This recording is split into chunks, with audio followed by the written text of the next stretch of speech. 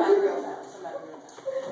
So today, you know, I really am told when I she calls me. It's okay. You can say it. Yeah, you can say it. We real here. Okay. Shaq is one of my sorority sisters. I know y'all might see an old lady now, but I still remember when she was one of my neos. Do you guys know what a neo is? Mm-hmm.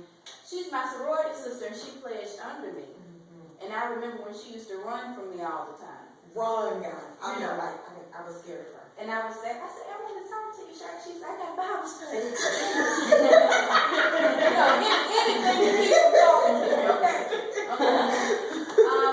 But again, when I thought about what to speak to you guys about, immediately I heard what it was I needed to talk to you about, right? How many of you like hip hop? Okay? You won't believe me when I tell you, because I was praying, I asked God, what should I talk to these young ladies about, right?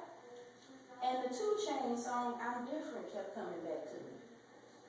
You know, do you know the song? I'm different. I'm different. Right? But you know what though? Let me tell you, I love hip hop. And so there's sometimes, even though that we shouldn't take it all in, there are a lot of things that we can get from hip hop, right? One of the things I talk to my students about quite often is, because I don't want to try to force my views on anybody, but there is a thing called universal truths. How many of you know what a universal truth is? You want to take a stab at it? Where it's the truth around the world. It's a fact. Okay, it's the truth no matter what it comes from, right? Like I give you an example. A couple of years ago, Oprah, one of her book club books was this book called The Secret, right? And The Secret talked about how whatever it is that we say is what our life becomes because we speak the thing into existence, right?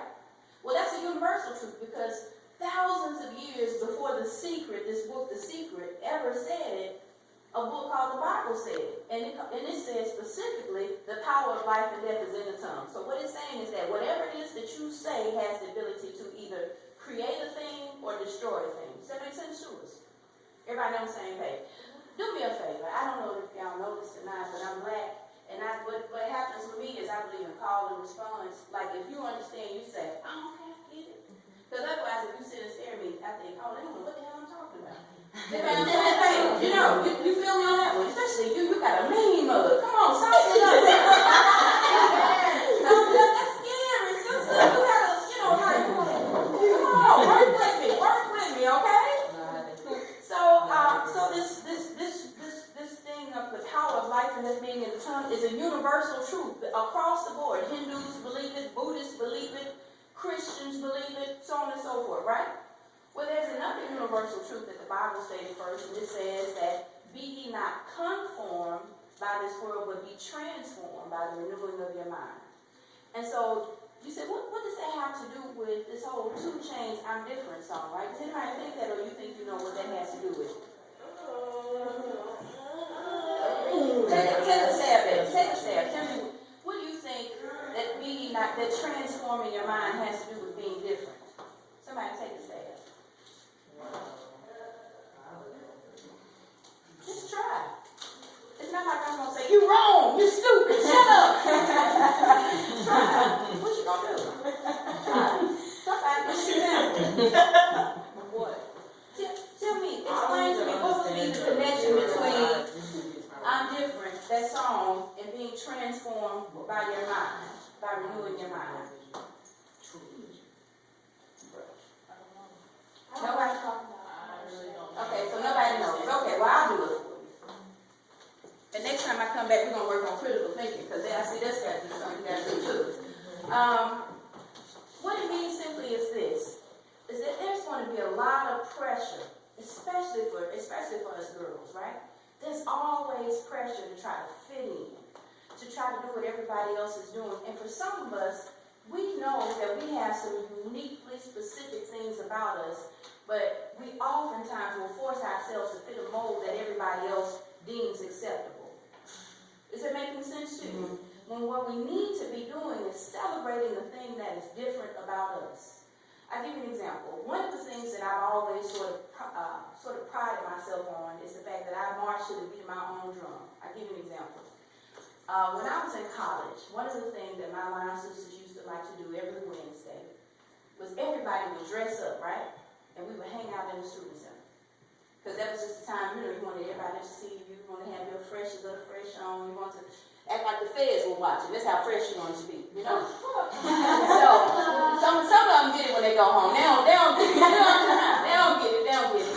But, what would happen to me is that I would dress up, but I never believed that I had to put on heels. I've always been a lover of Chuck Taylors. Okay, all right, there we go. Yes. So what I would do is, and she probably remembers this, I would have on a suit. I would be suited from head to toe, but I would have matching Chuck Taylors. Look at that. Like she do right now. There we go.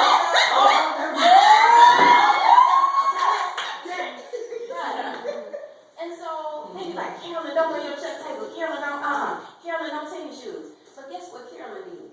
You want me to March to your own drum. Yes. Because what happens is, and not to say that, because there's sometimes where we'll have to give in to authority when it's necessary. Does that make sense to you? But there are other times when they will be around people, and one of the things that they so badly try to do is to take away our individuality. But whoever it is that we are, and whatever it is that is unique and special about us, God gave it to us, this creator. Whoever you believe him to be, he gave that uniqueness and that specialness about us. Even down to, let's say for instance, I get a feeling from her that she's an outgoing, sort of a social kind of person, right? No? She's a bully. No, she's outgoing and social. So what happens is that sometimes some people be like, shit, get on my nerve, always talking to you, bad. You know how people will do, you just like, ain't no bad, it ain't nice. She's so fake, oh my God. But that's you, that's who he created you to be. Because what happens is a lot of times, that thing that she is, that sociability about her is the thing that speaks life into other people. Because, what's your name, dear?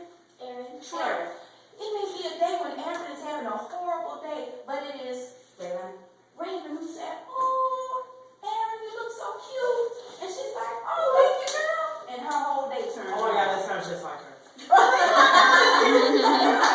Because sometimes we need people to speak into us like that. And so her being social and being extroverted may be that very thing that speaks life into other people. For you, it may be, are you an artist? How did I know that? Thank you, Jesus. Okay. So, she's an artist. So what happens is that sometimes you may have times where you need to be alone because there are creations that you want to make. But other people say, you can't do nothing with that art. Anybody gonna buy that? Do you let other people define for it, who it is that you are? Or do you do the thing that you were created specially to do? And that's what I want us to engage about. And there's even, let's say for instance, if I take it away from the Bible, one of my favorite authors is an author by the name of Toni Morrison, right? And I want you to write this down, because I think this is applicable to everybody. Toni Morrison, right? Toni Morrison had a statement that says, the definitions belong to the definers.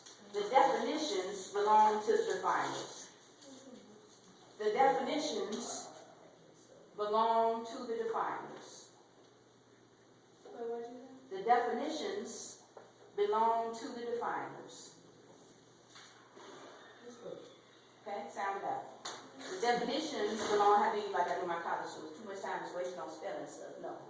The definitions belong to the definers. Anybody want to take a stab at explaining that? Don't be shy. The definitions belong to the definers. I know what I'm trying to say. Okay. Basically, like, you, like, I don't know how to say it. Like, you speak on how you see things. Like, you, like, I don't know how to say it. But I feel It's, like I know what I'm trying to say. I just don't know how to word it. just keep going, keep going. You got. I feel like you're in my neighborhood. Maybe you just haven't found the right house, but keep going. You would be a really good teacher. Oh, it happens to be that I am. Thank you. Well, it's awesome.